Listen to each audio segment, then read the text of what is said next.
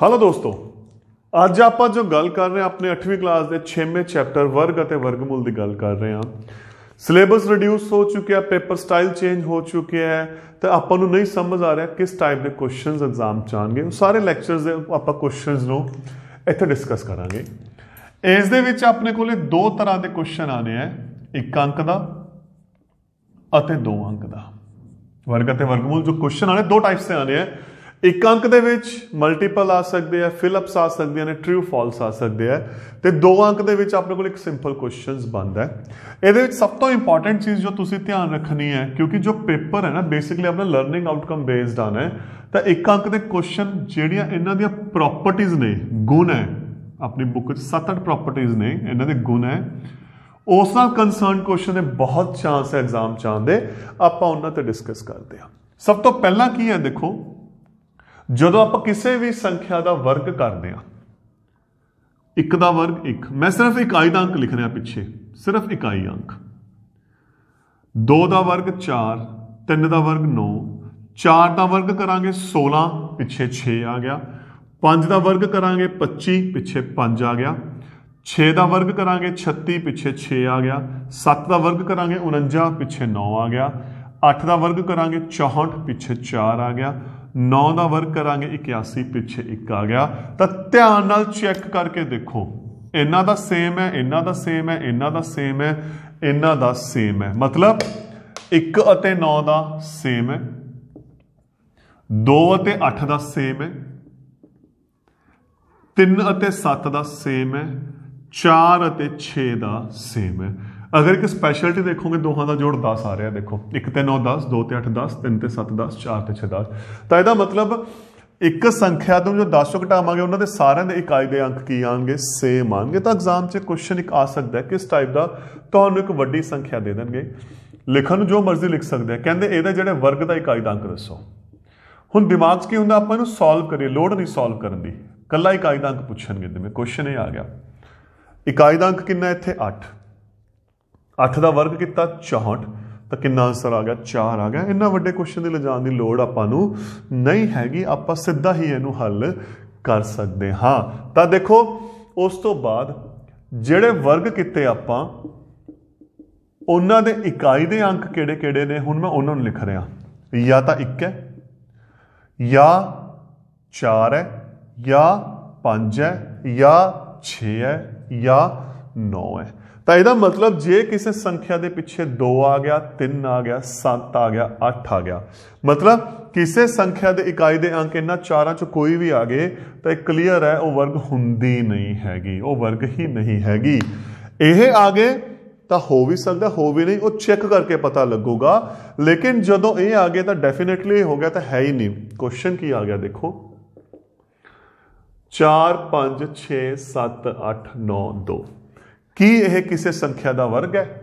ਪਿੱਛੇ ਕਿੰਨਾ ਆ ਗਿਆ, 2 ਆ ਗਿਆ, ਤਾਂ ਇਹ ਕਿਸੇ ਸੰਖਿਆ ਦਾ ਵਰਗ ਨਹੀਂ ਹੋ ਸਕਦਾ। ਸਹੀ ਗਲਤ ਦੇ ਵਿੱਚ ਬੜਾ ਵਧੀਆ ਇਹ ਕੁਐਸਚਨ ਬਣਦਾ ਹੈ, ਇਹ ਕਿਸੇ ਸੰਖਿਆ ਦਾ ਵਰਗ ਨਹੀਂ ਹੋ ਸਕਦਾ।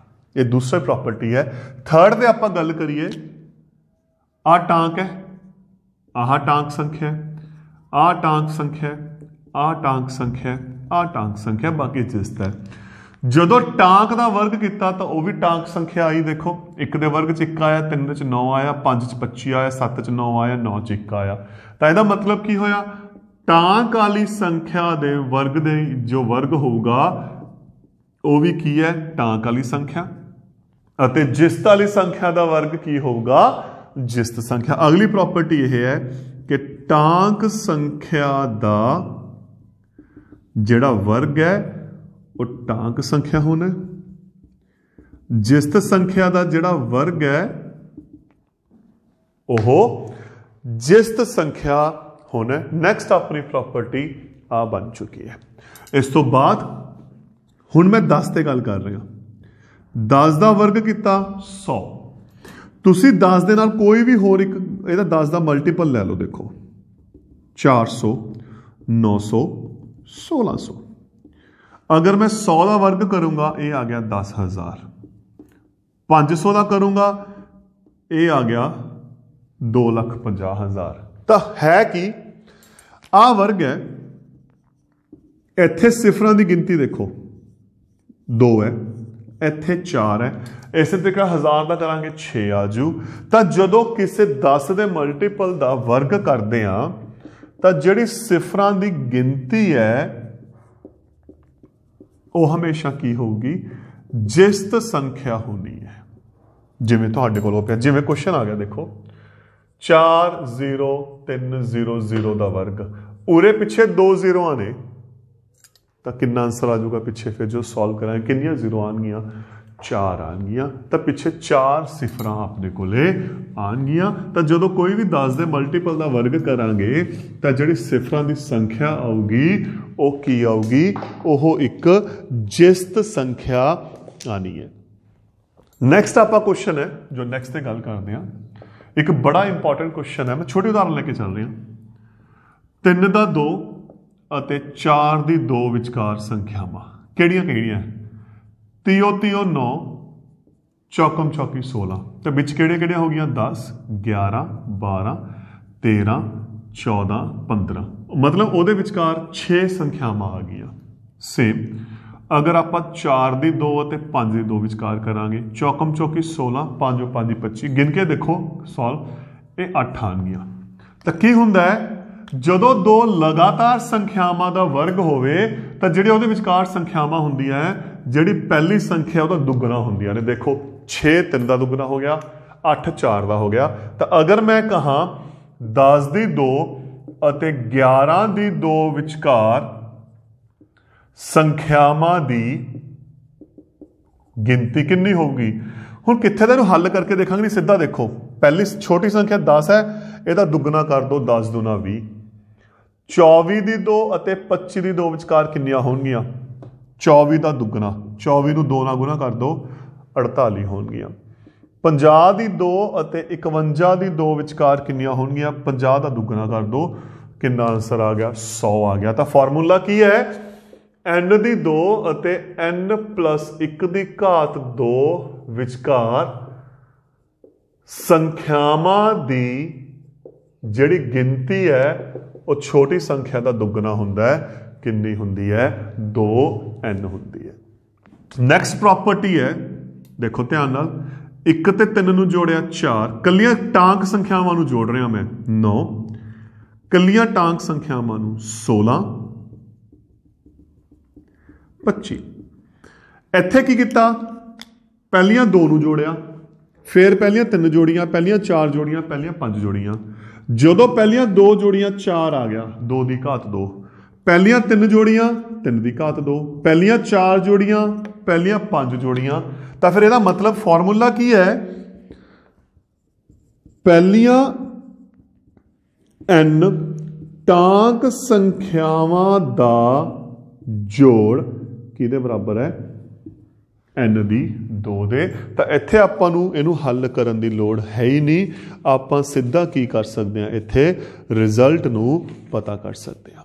ਤਾਂ ਇਹ ਤਾਂ ਸੀ ਦੋਸਤੋ ਆਪਣੇ 1 ਅੰਕ ਦੇ ਕੁਐਸਚਨ, ਜੋ ਇਹਦੀਆਂ ਮੇਨ ਪ੍ਰੋਪਰਟੀਜ਼ ਨੇ, ਬੜੀਆਂ ਘੱਟ ਡਿਸਕਸ ਹੁੰਦੀਆਂ ਨੇ ਐਗਜ਼ਾਮ 'ਚ, ਇੱਕ ਅੱਧਾ ਕੁਐਸਚਨ ਇਹਦੇ ਵਿੱਚੋਂ ਆਣਾ। ਹੁਣ ਆਪਾਂ ਜਿਹੜੀ ਗੱਲ ਕਰਨੀ ਹੈ, ਦੇਖੋ ਜਿਹੜੀ ਆਪਾਂ ਨੂੰ ਗੱਲ ਕਰਨੀ ਹੈ, ਆਪਾਂ 2 ਅੰਕ ਦੇ ਕੁਐਸਚਨਾਂ ਦੀ ਗੱਲ ਕਰਨੀ ਹੈ। ਕਲੀਅਰ ਹੈ? ਜਿਹੜਾ 2 ਅੰਕ ਦਾ ਕੁਐਸਚਨ ਆਊਗਾ ਵਰਗਮੂਲ ਦਾ ਆਊਗਾ, ਤੇ ਵਰਗਮੂਲ ਦੀਆਂ ਮੇਨ ਆਪਾਂ 2 ਵਿਧੀਆਂ ਕਰ ਚੁੱਕੇ ਹਾਂ, ਅਭਾਜ ਗੁਣਨਖੰਡ ਵਿਧੀ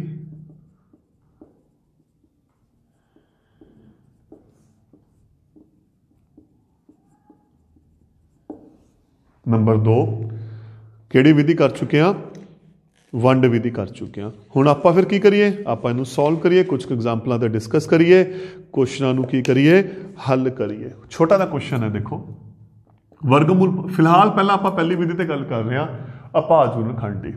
144 ਦਾ ਵਰਗਮੂਲ ਪਤਾ ਕਰਨਾ ਹੈ। 225 ਦਾ ਵਰਗਮੂਲ ਮੰਨ ਲਓ ਆਪਾਂ ਪਤਾ ਕਰਨਾ ਹੈ। ਹੋਰ ਕੋਈ ਲੈ ਲੈਂਦੇ ਹਾਂ।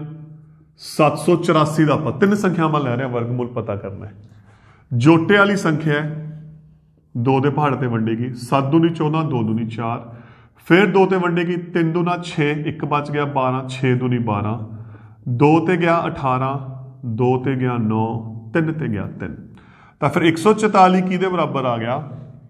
2 गुना 2 गुना 2 गुना 2 गुना 3 गुना 3 ਤੇ 144 ਦਾ ਵਰਗਮੂਲ ਐਂ ਵੀ ਲਿਖਿਆ ਜਾ ਸਕਦਾ ਹੈ।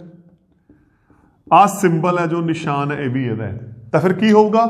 ਜੋਟੇ, ਇੱਕ ਜੋਟਿਆਂ ਚੋਂ ਇੱਕ ਬਾਰ, ਇੱਕ ਜੋਟਿਆਂ ਚੋਂ ਦੂਜੀ ਬਾਰ, ਇੱਕ ਜੋਟਿਆਂ ਚੋਂ ਤੀਜੀ ਬਾਰ, 2 दूनी 4, 4 ਤੀਏ 12। ਤਾਂ 144 ਦਾ ਜੋ ਵਰਗਮੂਲ ਆ ਗਿਆ ਕਿੰਨਾ ਆ ਗਿਆ? 12 ਆ ਗਿਆ। ਹੁਣ 25 ਦਾ ਪਿੱਛੇ 5 ਹੈ, 5 ਦੇ ਪਹਾੜ ਦੇ ਵੰਡਿਆ ਗਿਆ 45, ਫਿਰ 5 ਤੇ ਗਿਆ 9, 3 ਤੇ ਗਿਆ 3, ਤੀਓ 9, ਅੱਗੇ ਨਹੀਂ ਵੰਡਿਆ ਜਾਂਦਾ।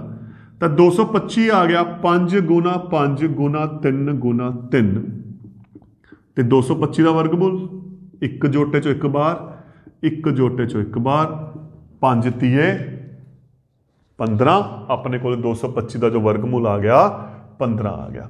ਹੁਣ 784 ਦੀ ਗੱਲ ਕਰੀਏ, 2 ਨਾਲ ਵੰਡੀਏ, 3 9 2, ਫਿਰ 2 ਤੇ ਗਿਆ 196, 2 ਤੇ ਵੰਡਿਆ 98, 2 ਤੇ ਗਿਆ 49, 7 ਤੇ ਗਿਆ 7। ਹੁਣ ਅੱਗੇ ਚਾਹੇ ਦੇਖੋ ਮੈਂ ਉਰੇ ਛੱਡਿਆ ਹੋਇਆ, ਤੁਸੀਂ ਵੰਡ ਵੀ ਸਕਦੇ ਹੋ, ਕੋਈ ਫਰਕ ਨਹੀਂ ਪੈਂਦਾ। 784 2 ਗੁਣਾ 2 ਗੁਣਾ 2 ਗੁਣਾ 2 ਗੁਣਾ 7 ਗੁਣਾ 7 ਤੇ ਵਰਗਮੂਲ 784। ਫਿਰ ਇੱਕ ਜੋਟਾ ਚੋਂ ਬਾਹਰ, ਇੱਕ ਜੋਟੇ ਚੋਂ ਬਾਹਰ, ਇੱਕ ਜੋਟੇ ਚੋਂ ਬਾਹਰ, 2 दूनी 4, 7 ਚੌਕਾ 28। ਆਪਣੇ ਕੋਲੇ ਜੋ ਇਹਦਾ ਆਨਸਰ ਆ ਗਿਆ ਉਹ ਕਿੰਨਾ ਆ ਗਿਆ? 28 ਆਨਸਰ ਆ ਗਿਆ। ਇਹਦੇ ਬੜੇ ਸਿੰਪਲ ਕੁਐਸਚਨ ਹੈ ਵੰਡ ਵਿਧੀ ਦੇ, ਆਪਾਂ ਆਰਾਮ ਨਾਲ ਆਪਾਂ ਆਜੂਰਨ ਖੰਡ ਵਿਧੀ ਦੇ। ਹੁਣ ਆਪਾਂ ਜਿਹੜੀ ਗੱਲ ਕਰਦੇ ਹਾਂ, ਆਪਾਂ ਵੰਡ ਵਿਧੀ ਦੀ ਗੱਲ ਕਰਦੇ ਹਾਂ, ਕਿਉਂਕਿ ਜਦੋਂ ਸੰਖਿਆਵਾਂ ਵੱਡੀਆਂ ਆ ਜਾਂਦੀਆਂ ਨਾ ਉਦੋਂ ਕਿਤੇ ਨਾ ਕਿਤੇ ਆਪਾਂ ਨੂੰ ਵੰਡ ਵਿਧੀ ਬੜੀ ਹੈਲਪ ਕਰਦੀ ਹੈ। ਉਦਾਹਰਨ ਦੇ ਤੌਰ ਤੇ 2304 ਆ ਗਿਆ, ਤਾਂ ਕਿਤੇ ਨਾ ਕਿਤੇ ਆਪਾਂ ਆਜੂਰਨ ਖੰਡ 'ਚ ਇੱਥੇ ਟਾਈਮ ਲੱਗੂਗਾ ਇਹਨੂੰ ਹੱਲ ਕਰਨ ਤੇ। ਜਾਂ 9216 ਆ ਗਿਆ, ਇੱਕ ਦੋ ਉਦਾਹਰਨਾਂ ਮੈਂ ਲਿਖ ਰਿਹਾ ਸਮਝਾਉਣ ਦੇ ਲਈ। ਜਾਂ 5929 ਆ ਗਿਆ। ਮੈਂ 3 ਕੁਐਸਚਨ ਲੈ ਰਿਹਾ ਜੋ ਆਪਾਂ ਵੰਡ ਵਿਧੀ ਨਾਲ ਹੱਲ ਕਰਦੇ ਹਾਂ। ਤੇ ਵੰਡ ਵਿਧੀ ਦਾ ਰੂਲ ਕੀ ਸੀ? ਫਿਰ ਪਿੱਛੋਂ ਜੋਟੇ ਬਣਾਉਂਦੇ ਸੀ ਆਪਾਂ ਸੱਜੇ ਪਾਸੇ ਤੋਂ, ਅੱਜ ਜੋਟੇ ਬਣਾਉਣਗੇ। ਹੁਣ ਇੱਥੇ ਇੱਕ ਅੰਕ ਦਾ ਕੁਐਸਚਨ ਬੜਾ ਵਧੀਆ ਬਣਦਾ। ਇੱਕ ਛੋਟਾ ਕੁਐਸਚਨ ਤੇ ਮੈਂ ਗੱਲ ਕਰ ਰਿਹਾ। ਇੱਕ ਸੰਖਿਆ ਦੇਤੀ, ਜਿਵੇਂ 9216 ਦੇਤੀ। ਕੁਐਸਚਨ ਕੀ ਹੈ? ਛੋਟਾ, ਇਹਦੇ ਵਰਗਮੂਲ ਵਿੱਚ ਅੰਕਾਂ ਦੀ ਗਿਣਤੀ ਪਤਾ ਕਰੋ। ਇੱਕ ਹੋਰ ਲਿਖ ਲਿਆ, ਮੰਨ ਲਓ 15625, ਵਰਗਮੂਲ ਵਿੱਚ ਅੰਕਾਂ ਦੀ ਗਿਣਤੀ ਪਤਾ ਕਰੋ। ਸਭ ਤੋਂ ਵਧੀਆ ਦੇਖੋ ਕਿੰਨੇ ਜੋਟੇ ਬਣਾਏ ਆ। ਜਦੋਂ ਆਪਾਂ ਇੱਕ ਆ ਬਣ ਗਿਆ, ਇੱਕ ਆ ਬਣ ਗਿਆ, ਤਾਂ ਉਹਦੇ 2 ਜੋਟੇ ਬਣ ਗਏ, ਤਾਂ ਇਹਦੇ ਵਰਗਮੂਲ 'ਚ 2 ਅੰਕ ਹੋਣਗੇ। ਇੱਥੇ 2 ਬਣ ਗਏ, 2 ਅੰਕ ਹੋਣਗੇ, ਇੱਥੇ 2 ਬਣ ਗਏ, 2। ਪਰ ਜਿਹੜਾ ਮੈਂ ਆਹ ਲਿਖਿਆ ਦੇਖੋ, ਇੱਕ ਜੋਟਾ ਇਕੱਲਾ ਬਚ ਗਿਆ, ਕੋਈ ਗੱਲ ਨਹੀਂ। ਟੋਟਲ 3 ਪਾਰਟੀਸ਼ਨਾਂ ਹੋ ਗਈਆਂ, ਤਾਂ ਜਿਹੜਾ 15625 ਦਾ ਵਰਗਮੂਲ ਹੈ ਉਸ ਦੇ ਵਿੱਚ 3 ਅੰਕ ਹੋਣਗੇ। ਜਿੰਨੀਆਂ ਪਾਰਟੀਸ਼ਨਾਂ ਬਣਾਉਣਗੇ, ਕਿਉਂਕਿ ਉਹਨੂੰ ਆਪਾਂ 3 ਸਟੈਪਾਂ ਦੇ ਵਿੱਚ ਸੋਲਵ ਕਰਾਂਗੇ, ਤਾਂ ਜਿੰਨੀਆਂ ਸੱਜੇ ਹੱਥ ਤੋਂ ਜੋਟੇ ਛੱਡ ਕੇ ਪਾਰਟੀਸ਼ਨਾਂ ਬਣ ਜਾਣਗੀਆਂ ਟੋਟਲ, ਉਨੀ ਵਰਗਮੂਲ ਦੇ ਜਿਹੜੀ ਸੰਖਿਆ ਹੋਊਗੀ ਵਰਗਮੂਲ 'ਚ ਉਹਦੇ ਅੰਕਾਂ ਦੀ ਕੀ ਹੁੰਦੀ ਹੈ? ਗਿਣਤੀ। ਹੁਣ ਇਹਨੂੰ ਆਪਾਂ ਕਿਵੇਂ ਹੱਲ ਕਰਦੇ ਸੀ? ਯਾਦ ਕਰੋ, डिटेल के लिए लैक्चर ਤੁਹਾਡੇ ਉੱਪਰ ਚੱਲ ਰਿਹਾ ਹੈ। ਇੱਥੇ ਆਪਾਂ ਸਿੰਪਲ ਮੇਨ ਕੁਐਸਚਨਸ ਤੇ ਗੱਲ ਕਰਦੇ ਹਾਂ, ਵੀ ਟਾਈਪਸ ਤੇ ਗੱਲ ਕਰਦੇ ਹਾਂ ਬੇਸਿਕਲੀ। 23 ਚੌਕਮ ਚੌਕੀ 16, 23 ਚੋਂ 16 ਘਟਾਏ 7। ਹੁਣ ਆ ਜੋਟਾ ਪੂਰਾ ਥੱਲੇ 704। ਇਸ ਦਾ ਦੁੱਗਣਾ 4 दूनी 8। ਹੁਣ ਕੀ ਸੀ? ਇੱਥੇ ਤੇ ਇੱਥੇ ਅਜਿਹੀ ਸੰਖਿਆ ਲੱਭਣੀ ਹੈ ਜਿਹੜੀ ਸੇਮ ਹੋਵੇ ਤੇ ਇਹਨੂੰ ਚੈੱਕ ਕਰੇ, ਸੈਟੀਸਫਾਈਡ ਕਰਵਾਵੇ।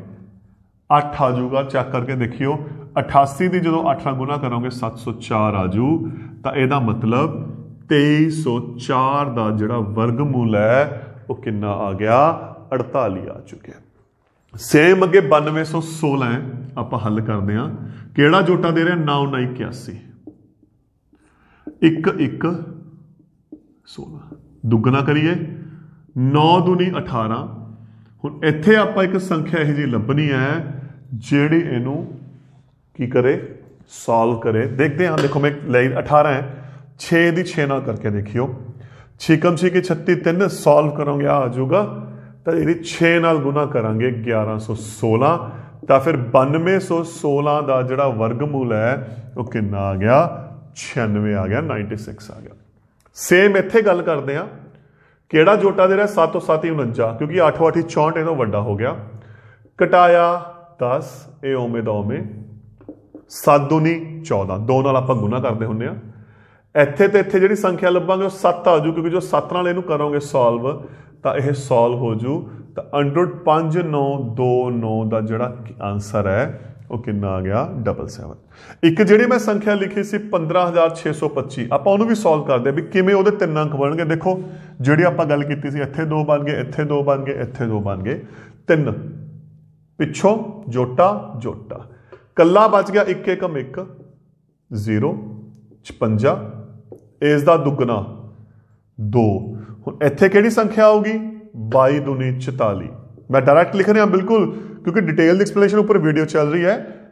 12 25 12 का दुगना, हुण ਇਹਦਾ फिर दुगना 12 दूना 24, 5 ਜਦੋਂ ਚੈੱਕ ਕਰਾਂਗੇ 1225 ਆ ਜਾਊ। ਤਾਂ ਜਿਹੜੀ ਆਪਾਂ ਗੱਲ ਕੀਤੀ ਸੀ, ਦੇਖੋ ਜਿਹੜਾ ਇਹਦਾ ਵਰਗਮੂਲ ਹੈ 15625 ਦਾ, ਉਹਦੇ ਵਿੱਚ ਕਿੰਨੇ ਅੰਕ ਆਏ ਨੇ 3 ਅੰਕ ਆਏ ਨੇ, ਤਾਂ ਡਾਇਰੈਕਟ ਆਪਾਂ ਪਤਾ ਕਰ ਸਕਦੇ ਹਾਂ। ਤਾਂ ਇਹ ਲਗਭਗ ਉਹ ਕੁਐਸਚਨ ਹੈ ਜੋ ਐਗਜ਼ਾਮਸ ਐਕਸਪੈਕਟਡ ਕੁਐਸਚਨਸ ਬਣਦੇ ਆ। ਨੋ ਡਾਊਟ ਟੌਪਿਕ ਬੜਾ ਲੈਂਥੀ ਹੈ, ਪਰ ਆਪਾਂ ਗੱਲ ਕਰਨੀ ਹੈ 1 ਅੰਕ ਤੇ 2 ਅੰਕ ਦੇ ਕੁਐਸਚਨਸ ਦੀ ਜੋ ਐਗਜ਼ਾਮ ਚ ਆ ਸਕਦੇ ਸੀ। ਤਾਂ ਇਹ ਸੀ ਆਪਣਾ 6th ਚੈਪਟਰ ਵਰਗ ਅਤੇ ਵਰਗਮੂਲ। Thank you.